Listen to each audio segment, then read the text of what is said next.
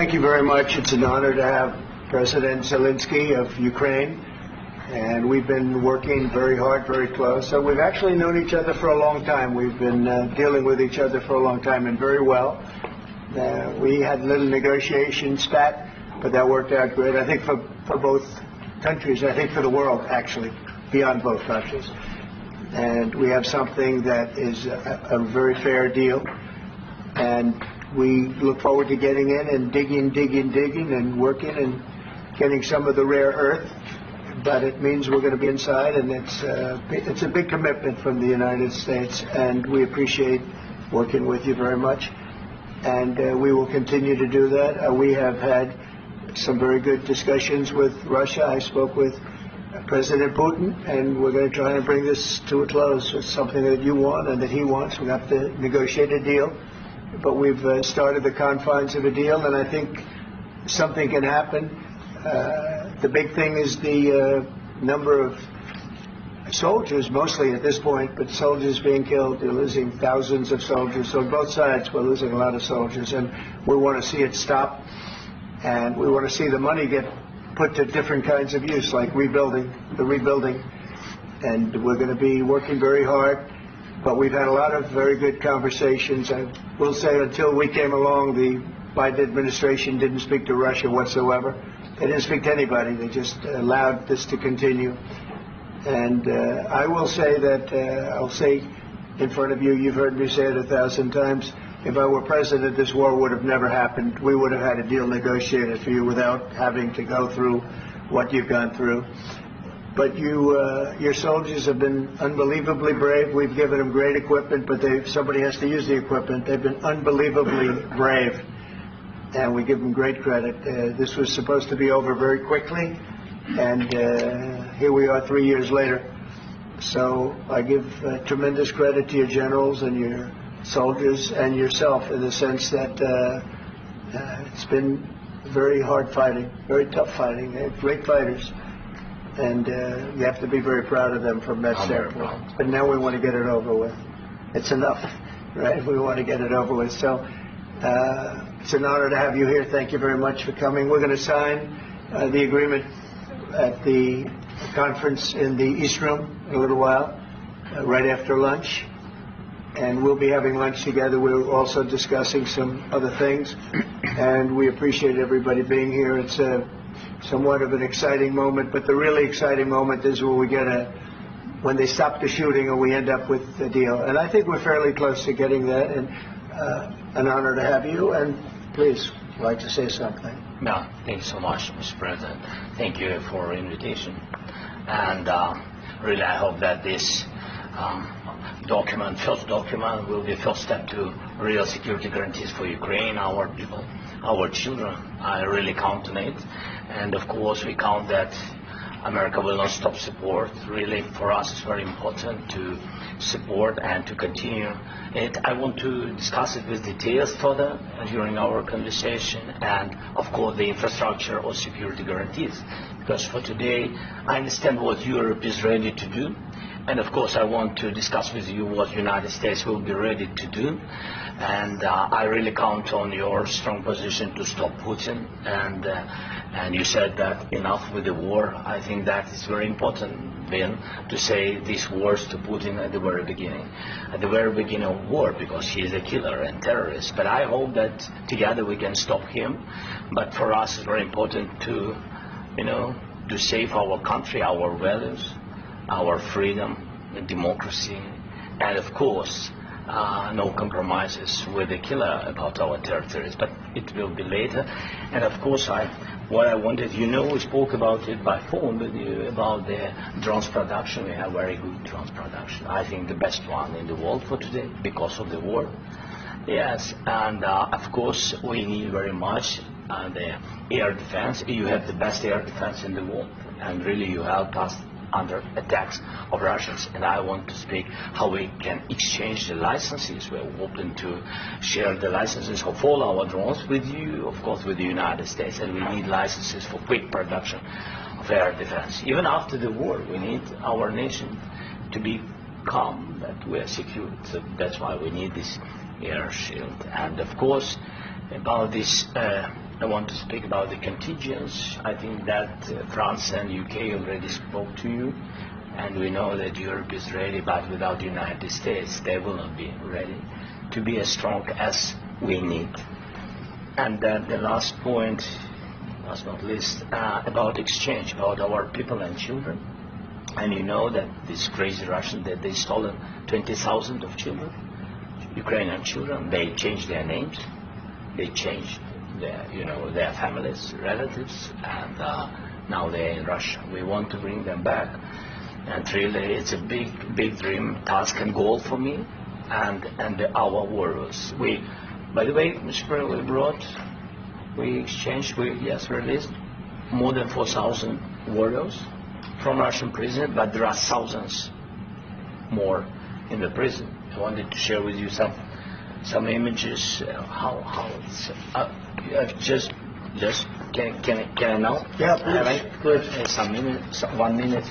One minute. Just you to understand in what circumstances, in what situation they are, and what the attitude of Russia to our prisoners. That guys, just you before and after. And you see before and after, just you to understand. Now thousands of such guys, ladies and men, there, and that, so they don't eat, they beat them, and they, do a lot of bad things.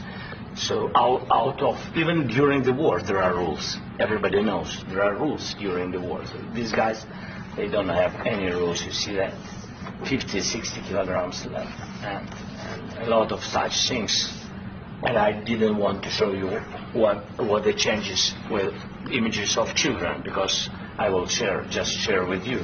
I mean, it's looking tragic. Yeah, that's tough stuff. I wanted very much to give you. You see. Yeah. This is pastor, by the way. They stolen pastors because it's not Russian church. They stolen pastors and moved pastors to the prison. At the end of last year, we brought 3 pastors. And, we could exchange them. And this is pastor, you see. Yeah, that's tough. Yeah. So I mean, this I wanted to show you, and this. So thank you very much. We want to get that entered, right? Yeah. Of course. We And will. I think we will. And Of course. do you have any questions, please? Thank you, Mr. President. With how much money is the U.S. going to put into the fund that is being created today, and how does this provide long-term security for Ukraine? Well, we don't know exactly how much, because we're going to be putting some money in a fund that we're going to get from the raw earth that we're going to be taking and sharing in terms of revenue. So it's going to be a lot of money will be made from the sale and from the use of raw earth. And as you know, our country doesn't have much raw earth. We have a lot of oil and gas, but we don't have a lot of the raw earth. And what we do have is protected by the environmentalists, but that can be unprotected, but still it's not very much. They have among the best in the world in terms of raw earth. So we're going to be using that, using it for all of the things we do, including AI and including weapons and the military, and it's really going to very much satisfy our needs. So it's something that just worked out really well. We have a lot of oil and we have a lot of gas, but we don't have raw earth. So this has just about every component of the raw earth that we need for computers, for all of the things we do. And this puts us in great shape. And long-term security for Ukraine. I think they're going to have great long. I think once we make the agreement, that's going to be 95% of it. They're not going to go back to fighting. I've spoken with President Putin, and I feel very strong. I've known him for a long time, and I feel very strongly that they're very serious about it. And we'll make a deal. And when the deal is made, I don't think we talk about security. Everyone's talking about the other day. All they talked about was security. I said, let me make the deal first. I have to make the deal first. I don't worry about security right now. We have to have a deal, because right now, last week, 2,000 soldiers died on both sides.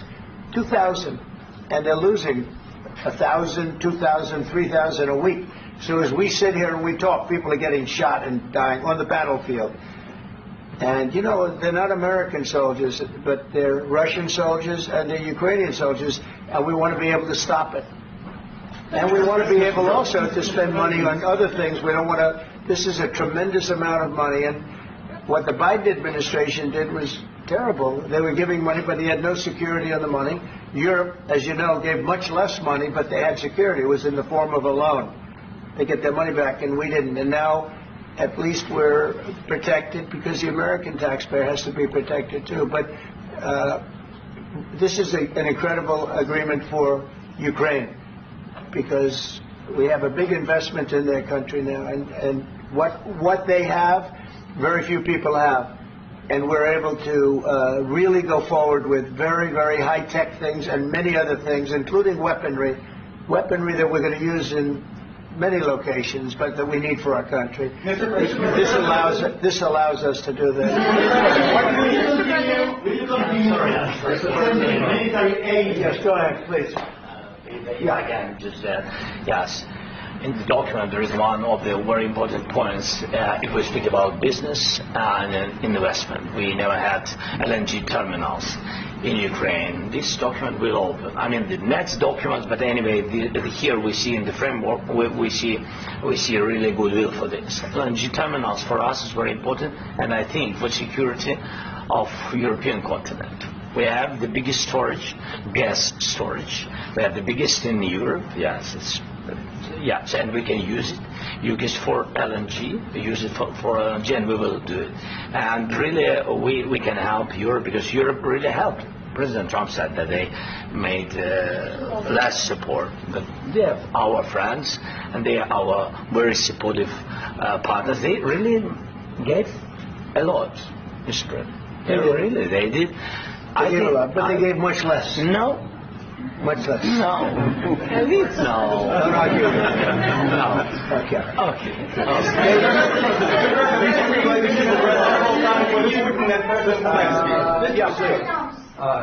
Mr. President Trump, you have repeatedly called the deal with Ukraine as a historical one. And as a President of the United States, you make historical decisions in other issues which affect America and other world. So what place in the world history do you want to take? And do you associate yourself with any famous historical figures?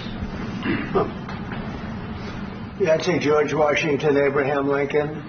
I would say I'm far superior to George Washington and Abraham Lincoln. Now, you know I'm only kidding, right? Because when I say that, the fake news is going to go wild. They're going to say he considers himself to be better than Washington. But you never know. You never know. I don't compare myself to anybody. I'm here to do a job. We've had a great 35 days or whatever it might be, a month, a little more than a month. We've accomplished tremendous amounts. Not only this would be a very great achievement if we could get the war stopped and get them back to normalization. I think that's going to happen.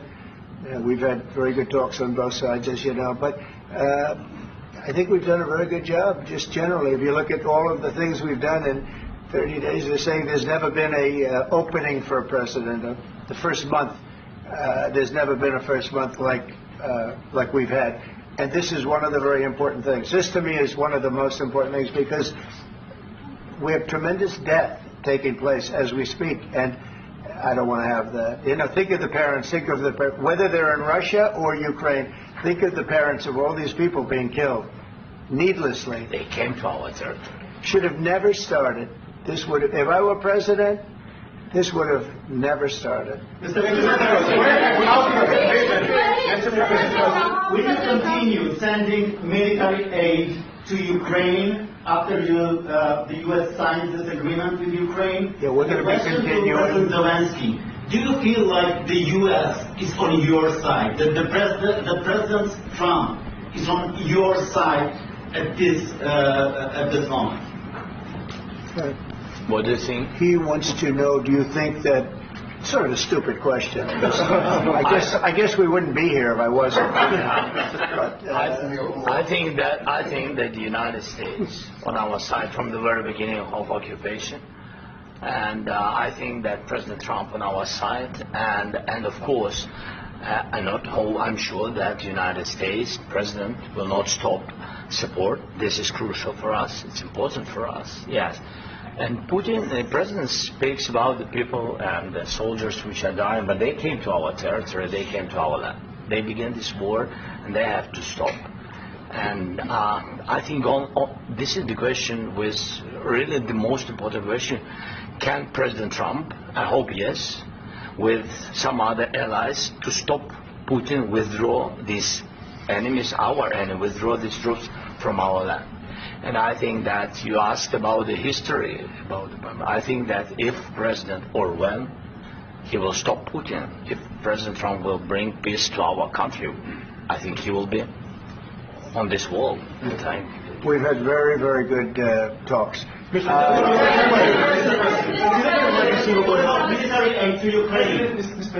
Zelenskyy just said that there will be no compromises with Vladimir Putin. I just wanted to ask both of you, firstly, are there compromises that you think that President Zelenskyy is going to have to make?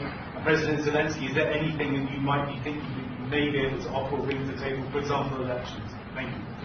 I think you're going to have to always make compromises. You can't do any deals without compromises. So certainly he's going to have to make some compromises, but hopefully they won't be as big as some people think you're going to have to make. That's all. That's all we can do. I'm here as an arbitrator, as a mediator to a certain extent between two parties that have been very hostile, to put it mildly. They've been very hostile. This has been a vicious war. This has been a vicious war. You know, it's a very level battlefield, and those bullets go out, and as I've said many times, we were talking about it with Pete, many times the only thing stopping those bullets is a human body. And in the case we're talking about, generally young human bodies are stopping a lot of bullets. It's dead level. That's why it's great farmland. It's great land. It's great farmland, but there's very little protection against the bullets that are being, and other things that are being shot. So all I can do is see if I can get everybody at the table and get an agreement. I think we're going to end up with an agreement. Otherwise, I wouldn't probably be even here today. Mr. President, I've got two questions for you. You think ultimately your legacy will be the peacemaker and not the president that led this country into another war and ended foreign wars? And I've got a question. I hope it will. I mean, I hope I'm going to be remembered as a peacemaker. This would be a great thing if we could do this. I'm doing this to save lives more than anything else. Second is to save a lot of money, but I consider that to be far less important. So I hope I'm going to, thank you, Brian, for that question. It was a nice question. I hope I'll be known and recognized as a peacemaker. This would be a great thing to solve. This is a very dangerous situation. You know, this could lead to a third world war. This was headed in the wrong direction. If this election were lost, if we didn't win this election, and by the way, we won it by a lot. That was a mandate. We won every swing state. We won the popular vote by millions and millions of votes. We won everything. The districts, you look at the areas of red, take a look at a map. This was a big mandate, and this was one of the things. I said, we're going to get this thing settled. If we didn't win, I think this could have very well ended up in a third world war, and that would not have been a good situation. What was your second question? My second question for President Zelenskyy now. Why don't you wear a suit? Why don't you wear a suit? You're the highest level in this country's office, and you refuse to wear a suit. Just want to see if you own a suit? Yeah, problems. A lot of Americans have problems with you not respecting the dignity of this office. I will wear a costume after this war will finish. Okay. Yes, maybe something like yours. Yes. Maybe something better. I don't know. Yeah. We will see. Maybe something cheaper. Yeah. Thank you. Thank you, President Trump. You said yesterday that you have. Are you going to send more arms to Ukraine in case there's no peace? Yeah, we're going to have arms to Ukraine. Yeah, sure. Hopefully, I won't have to send very much, because hopefully we're going to have it finished. We're looking forward to finishing this quickly. We're not looking forward to sending a lot of arms. We're looking forward to getting the war finished so we can do other things. But we very much appreciate the agreement, because we needed what they had, and we're treating, our country is now treated fairly. Biden didn't do that. He didn't know what the hell he was doing. This should have never happened. This should have never started. But, sure, the answer is yes, but hopefully we won't have to send much because I'm looking forward to getting it done quickly, very quickly. Does that mean you'll provide security guarantees, Mr. President? I don't want to talk about security yet because I want to get the deal done. You fall into the same trap like everybody else. A million times you said over and over, I want to get the deal done. Security is so easy. That's about 2% of the problem. I'm not worried about security. I'm worried about getting the deal done. The security is the easy part. Security is very nice. Everybody stopped shooting. And now will Europe put people there? I know France is going to. I know the UK is going to. I know other countries are going to, and they happen to be right next door. We haven't committed, but we could conceivably. We have security in a different form. We'll have workers there digging, taking the raw earth so that we can create a lot of great product in this country. So in that sense, you have something, but we haven't determined that yet. I will say, in speaking to France and in speaking to, and they were here, as you know, last week and just the other day, they have committed to a lot of security. I don't think you're going to need much security. I think once this deal gets done, it's over. Russia's not going to want to go back, and nobody's going to want to go back. When this deal ends, I really believe this deal is going to be over. Question? Yeah, please go ahead. Go ahead. Mr. President, thank you. You had both Macron and Keir Starmer at the White House this past week, both of whom praised your courage and conviction to lead the pathway towards peace. Yes. Part of that involved, though, re-engaging with Russia in diplomatic relations, something that previous leaders lacked the conviction to do so. What gave you the moral courage and conviction to step forward and lead that? Well, I love this guy. Who are you with? One American News, sir. Well, that's why I like him. One American News does a great job. I like the question. I think it's a very good question. It's a pathway to peace. It's a pathway to getting something solved. And I feel that as the head of this country, I have an obligation to do that. Plus, we're very much involved. We got involved. It's too bad we got involved because there should have been no involvement because there should have been no war. And there shouldn't have been October 7th. That would have never happened. As you know, Iran was broke. They had no money to give to Hezbollah. They had no money to give to Hamas. They were stone cold broke. And then under Biden, they became rich as hell. They went from no money to $300 billion in a period of 4 years. And they gave a lot of that money away, and you see what happened. And that's a real mess also that we hope to be able to solve. But, no, I appreciate your question very much. I feel I have an obligation to try and do something to stop the death. If I can answer, sorry.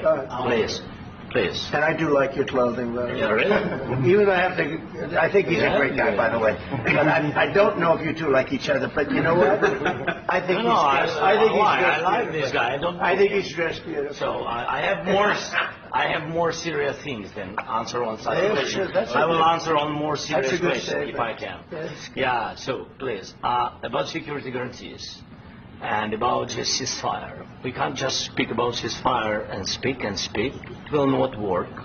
Just ceasefire will never work because I'm like a president. I have this experience, and not only me. Ukraine before my presidency, from the 2014, Putin broken 25 times. 25 times he broken his own signature. 25 times he broke a ceasefire. But he never broke to me. He never broke to me. No, you were the president. You were the president during. He never broke to me. In 2016, you've been the president, Mr. President. You've been the president, but he had, of course, not with you, but he had during those periods. He had conversations with our side, and we had Normandy format. The France, Germany, Ukraine, and Russia, and he broken 25 times. That's why we will never accept just ceasefire. It will not work without security guarantees. Security guarantees, maybe President is right about this document and other, but this document is not enough. Strong army is enough because his soldiers afraid, Putin's soldiers afraid of our soldiers when we're strong enough. If we are not strong enough, if we are empty, if our storage is empty, we can't defend our land. Today, he knows that we have all the world knows that we have meeting. Yes? Why he's using ballistic? Putin today using ballistic on our hospitals, schools, and etc. Ballistic. So he knows that we are here and that President Trump is really have goodwill to stop this war. And you hear now the president. So why he's using? So he doesn't want to stop. He doesn't want. But I hope that we will do it. Really, we'll do it. Security. When we speak about security guarantees, when the Europeans are ready for contingents, they need USA backstop. If there will not be United States, we will not never have any contingents, strong contingents from the Europeans, because they don't want to divide alliance, connection between the United States and the main and strongest ally and Europeans. And this is crucial, this is important. That's what we want to speak about very much. This is very important. And air defense.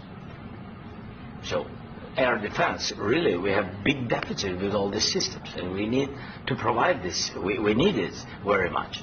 Otherwise, Putin will never stop, and will go further and further. He doesn't want. He hates us. You know, it's not about me. He hates Ukrainians. He thinks that we are not a nation. He thinks, and he shared these thoughts. I think maybe with your team also. I don't know, but with all the Europeans, in media, officially and not, he always said that there is no such country, such nation, such language, and such life like Ukrainian. No, he really doesn't respect all the Ukrainians, and he wants to destroy us. And you are right, Mr. President. That's 2%. This document, maybe other documents, it's a very good start, very good, but it will not enough to stop this person.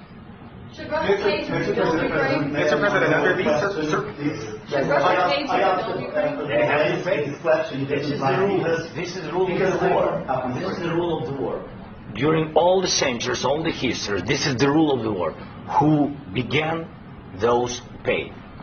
This is the rule. Putin began this war. He has to pay all money for innovation. He has to pay. Of course, some Russian assets, what we have in Europe, about 300 billion, we can use them. We can use for innovation and buy military support from the United States also. We can do it, but it's not enough. It's not enough. Do you envision a trilateral summit with Putin and President Zelenskyy? Wait, one second. I asked this question that you didn't like because I wanted to know if you want to position yourself in the middle between Russia and Ukraine, or on the Ukraine's. No, I'm in the middle. I want to solve this thing. I'm for both. I want to get it solved. And it's wonderful to speak badly about somebody else, but I want to get it solved. If we can solve it, great. If we can't solve it, they're going to have to fight it out, and who knows what's going to happen. But I want to see it get solved. May I follow up? One more question about U.S. troops in Europe. After Russian invasion of Ukraine, your predecessor sent additional troops to Eastern Europe, including Poland, my country. Yeah. Are you committed to keeping these troops on the eastern flank of NATO in the future? I'm very committed to Poland. I think Poland has really stepped up and done a great job for NATO. As you know, they paid more than they had to. They are one of the finest groups of people I've ever known. I'm very committed to Poland. What about Baltics? Poland's in a tough neighborhood, you know. What about the Baltics? The Baltics, they got a lot of. It's a tough neighborhood too, but we're committed. We're going to be very committed, and we're committed to NATO. But NATO has to step up, and the Europeans have to step up more than they have. And I want to see them equalize, because they are in for far less than we're in, and they should be at least equal. You understand that?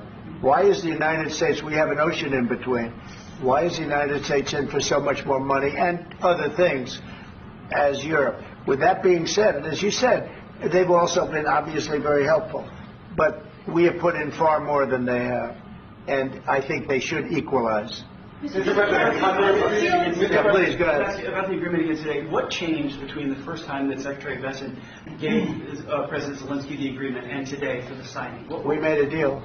So What was the deciding factor? I'm a business person. We made a deal. That's what changed.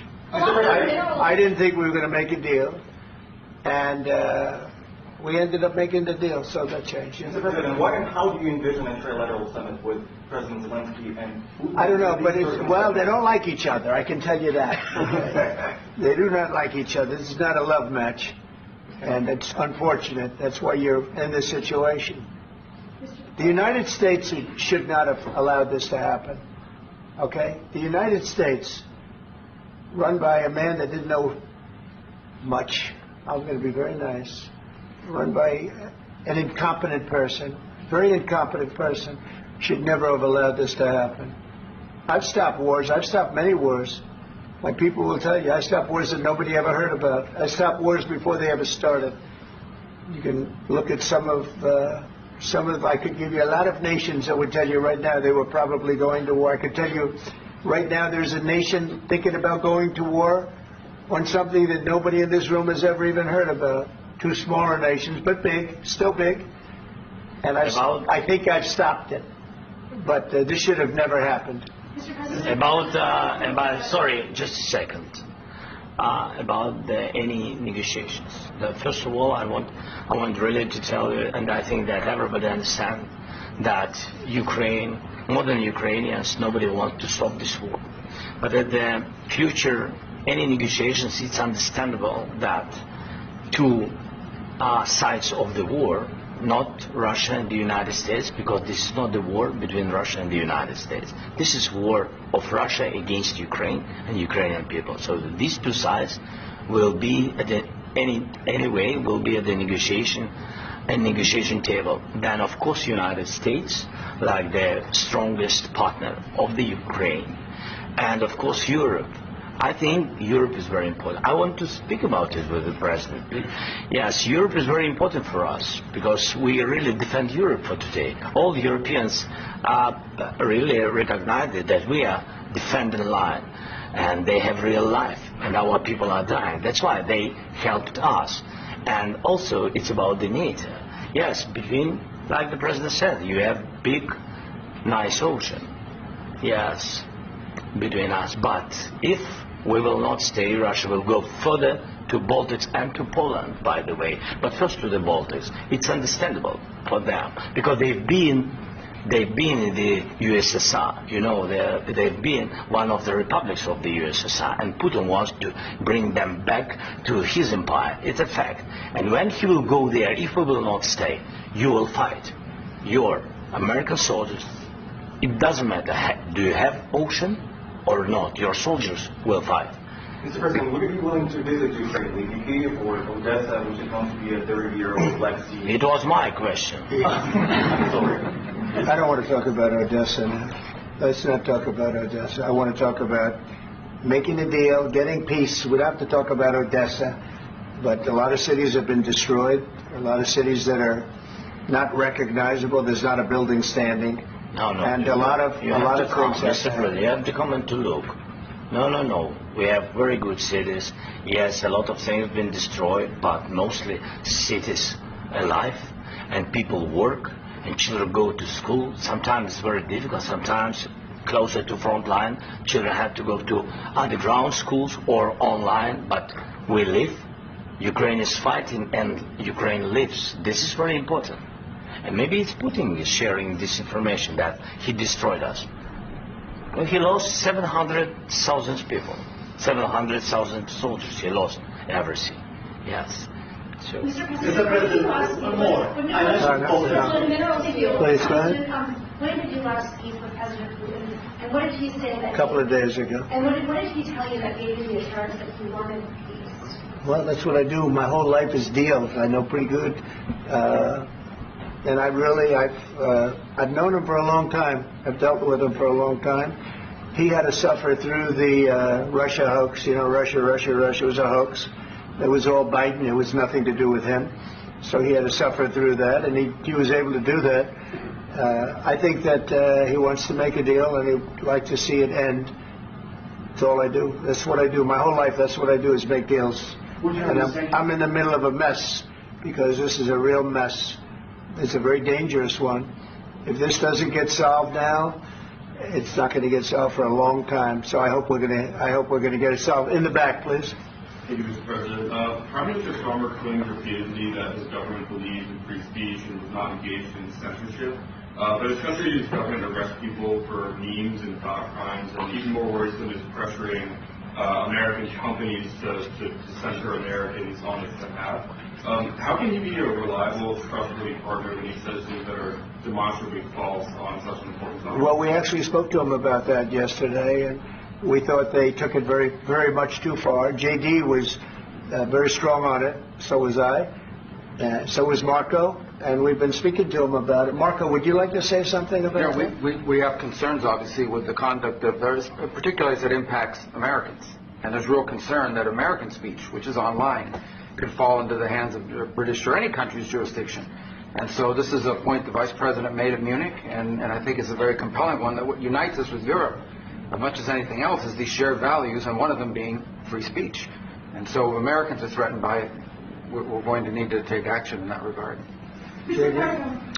It's actually a very important question. We spoke about this in detail with the Prime Minister, the Foreign Secretary, and others at lunch yesterday. And I know that Secretary of Commerce Lutnick followed up in private meetings last night. This is really important. We believe Americans have the right to speak their mind, even if we in this room disagree with them. They have the right to speak their mind in the public square, which is often online these days. And we're going to defend that right as it pertains to American companies and American citizens vigorously if we have to. I do think that under the President's leadership, we're going to find common ground with our friends in the UK on this question, but it remains to be seen. The principle that will guide us is we believe in free speech in this country, and we'll fight for it for American citizens. Mr. President, on the deal, is there any other oil and gas component to the deal? Is it all critical? A little bit. We'll see. On LNG? But we're not really looking for that so much. We get a lot. We have more than anybody in the world, by far. So, no, we're not talking about it too much, but a little bit. I think it affects also, but for the most part, no. And, sir, is there any agreement from Ukraine to purchase U.S. LNG as part of the deal, or is that on the table at all? No, we don't need that. I just wanted to ask you about, you just mentioned that you'd spoken to Vladimir Putin a couple of days ago. Just to be clear, that's a new call, not the one that you... I've spoken to him on numerous occasions. Okay. How was the latest call? What did you discuss? How did it go? Are you serious with that question? I am. It went well. I think we're going to have a deal. On the minerals deal, Mr. President, some of those minerals are in the east of Ukraine, not far from the front lines and in areas that Russia has occupied. Will you direct President Putin to withdraw his forces from those areas if there's U.S. interest? Well, we'll take a look at the time. We have a lot of area. It's a very big area we're talking about, so we'll take a look. I'll study that and I'll see. And who would protect those minerals if they are U.S. interests? Would that be Ukrainian forces? They'll be protected. The agreement will protect them. The agreement, yeah, we're signing an agreement. Right, but what if Russia tries to invade or there's Russian aggression in those spots? I just told you I don't think that's going to happen. And if that were going to happen, I wouldn't make a deal. If I thought that was going to happen, I wouldn't make a deal. Some people may wonder why. You know, they ought to focus on CNN on survival, not asking me these ridiculous questions. Focus on surviving, because CNN's got such low ratings. I don't think they're going to survive. Let's go. Please go ahead. I already mentioned Poland. Poland was under Russian control for decades after the Second World War. When I was a kid, I looked at the United States not only as a most powerful country, the richest country in the world, a country that has great music, great movies, great muscle cars, but also as a force for good. And now I'm talking with my friends in Poland, and they are worried that you align yourself too much with Putin.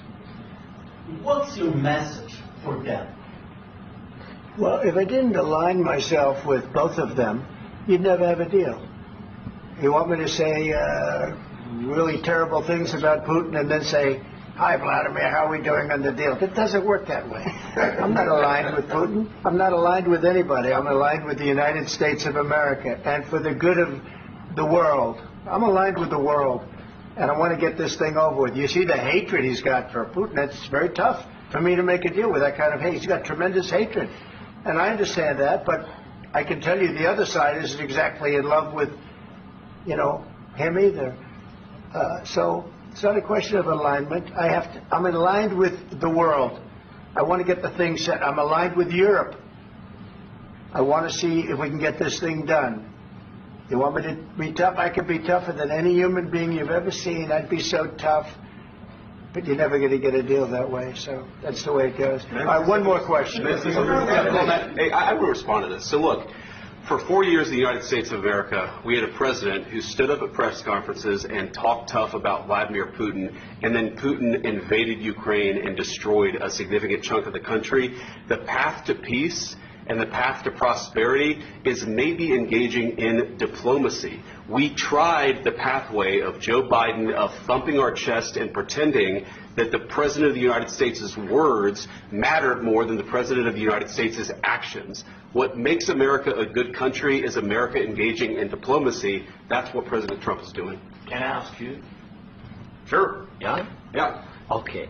So he occupied our parts, big parts of Ukraine, part of East and Crimea. So he occupied it on 2014. So during a lot of years, so I'm not speaking about just Biden, but those time was Obama, then President Obama, then President Trump, then President Biden, now the President Trump, and God bless, now President Trump will stop him. But during 2014, nobody stopped him. He just occupied and took. He killed people. You know what the contact 2015. 2014 2014. is 2014. Yeah. So I was not here. Yeah, but that's exactly right. Yes, but during 2014 till 2022, the situation the same. The people have been dying on the contact line. Nobody stopped him. You know that we had conversations with him, a lot of conversations, my bilateral conversation, and we signed with him, me, like a new president. In 2019, I signed with him the deal. I signed with him, Macron and Merkel, we signed ceasefire. Ceasefire. All of them told me that he will never go. We signed him gas contract. Gas contract. Yes, but after that, he broken this ceasefire. He killed our people and he didn't exchange prisoners. We signed the exchange of prisoners, but he didn't do it. What kind of diplomacy, JD, you are speaking about? What do you mean? I'm talking about the kind of diplomacy that's going to end the destruction of your country. Yes, but if you Mr. President, with respect, I think it's disrespectful for you to come into the Oval Office and try to litigate this in front of the American media. Right now, you guys are going around and forcing conscripts to the front lines because you have manpower problems. You should be thanking the President for trying to bring an end to this conflict. Have you ever been to Ukraine that you say what problems we have? I have been to. Come on. I've actually watched and seen the stories, and I know what happens is you bring them on a propaganda tour, Mr. President. Do you disagree that you've had problems bringing people into your military? And do you think that it's respectful to come to the Oval Office of the United States of America and attack the administration that is trying to prevent the destruction of your country? A lot of questions. Let's start from the beginning. Sure. First of all, during the war, everybody has problems. Even you, but you have nice ocean and don't feel now, but you will feel it in the future. God bless. You don't know that. God bless. God bless. You will not have war. Don't tell us what we're going to feel. We're trying to solve a problem. Don't tell us what we're going to feel. I'm not telling you. Because you're in no position to dictate that. Remember this. You're in no position to dictate what we're going to feel. We're going to feel very good. Feel influence. We're going to feel very good and very strong. You will feel influence. You're right now not in a very good position. You've allowed yourself to be in a very bad position, and he happens to be right about it. From the very beginning of the war. You're not in a good position. You don't have the cards right now. With us, you start having cards. Right now, you don't. You're playing cards. You're playing cards. You're gambling with the lives of millions of people. You're gambling with World War III. You're gambling with World War III. And what you're doing is very disrespectful to the country, this country, that's backed you far more than a lot of people said they should have. Have you said thank you once? This entire meeting? No, in this entire meeting, have you said thank you? You went to Pennsylvania and campaigned for the opposition in October. Offer some words of appreciation for the United States of America and the president who's trying to save your country.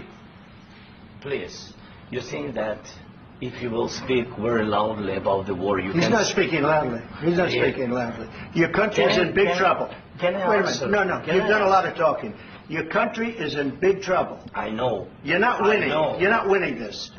You have a damn good chance of coming out okay because of us. Mr. President, we are staying in our country, staying strong from the very beginning of the war. We've been alone, and we are thankful. I said thanks you haven't in been this alone. cabinet. You and haven't not been only alone. in this cabinet. We gave you, through this stupid president, $350 billion. You voted we gave for you your military equipment, and you voted men for are your brave, president. but they had to use our military. What about if you didn't have our military equipment, if you didn't have our military equipment, this war would have been over in 2 weeks. In 3 days, I heard it from Putin. In 3 days. This is something Maybe new. less. In 2 weeks. Of course, yes. It's going to be a very hard thing to do business like this. I tell you. Just say thank you. I said a lot of Except times that there are disagreements, and let's go litigate those disagreements rather than trying to fight it out in the American media when you're wrong. We know that you're wrong. But you see, I think it's good for the American people to see what's going on. I understand, sir. I think it's very important. That's why I kept this going so long. You have to be thankful. You don't have the cards. You're buried there. Your people are dying. You're running low on soldiers. Listen, you're running low on soldiers. It would be a damn good thing. And then you tell us, I don't want a ceasefire. I don't want a ceasefire. I want to go, and I want this. Look. If you could get a ceasefire right now, I tell you, you take it so the bullets stop flying and your men stop getting killed. Of course, we want to stop the war. But you're saying you don't want a ceasefire. But I said to you, I want a ceasefire. with guarantees. Because you'll get a ceasefire faster than an agreement. Ask our people about ceasefire, what they think. That wasn't with me. That wasn't with me. That was with a guy named Biden, who was not a smart person. That was with Obama. It was your president. Excuse me. That was with Obama, who gave you sheets, and I gave you javelins. Yes. I gave you the javelins to take out all those tanks. Obama gave you sheets. In fact, the statement is Obama gave sheets and Trump gave javelins. You got to be more thankful, because let me tell you, you don't have the cards. With us, you have the cards. But without us, you don't have any cards. One more question, Mr. Vice President. I'm sorry. It's going to be a tough deal to make, because the attitudes have to change. What if Russia breaks ceasefire? What if Russia breaks peace talks? What do we do then? I understand that it's a heated conversation right now. What are you saying? She's asking, what if Russia breaks the ceasefire? What if anything? What if a bomb drops on your head right now? Okay? What if they broke it? I don't know. They broke it with Biden, because Biden, they didn't respect him. They didn't respect Obama. They respect me. Let me tell you, Putin went through a hell of a lot with me. He went through a phony witch hunt where they used him and Russia. Russia. You ever hear of that deal? That was a phony Hunter Biden, Joe Biden scam. Hillary Clinton, Shifty Adam Schiff. It was a Democrat scam. And he had to go through that. And he did go through it. We didn't end up in a war. And he went through it. He was accused of all that stuff. He had nothing to do with it. It came out of Hunter Biden's bathroom. It came out of Hunter Biden's bedroom. It was disgusting. And then they said, oh, the laptop from hell was made by Russia. The 51 agents. The whole thing was a scam. And he had to put up with that. He was being accused of all that stuff. All I can say is this. He might have broken deals with Obama and Bush, and he might have broken them with Biden. He did, maybe. Maybe he didn't. I don't know what happened. But he didn't break them with me. He wants to make a deal. I don't know if you can make a deal. The problem is, I've empowered you to be a tough guy. And I don't think you'd be a tough guy without the United States. And your people are very brave. But you're either going to make a deal or we're out. And if we're out, you'll fight it out. I don't think it's going to be pretty, but you'll fight it out. But you don't have the cards. But once we sign that deal, you're in a much better position. But you're not acting at all thankful. And that's not a nice thing. I'll be honest, that's not a nice thing. All right, I think we've seen enough. What do you think? Huh? This is going to be great television, I will say that. All right. We'll see what we can do about putting it together.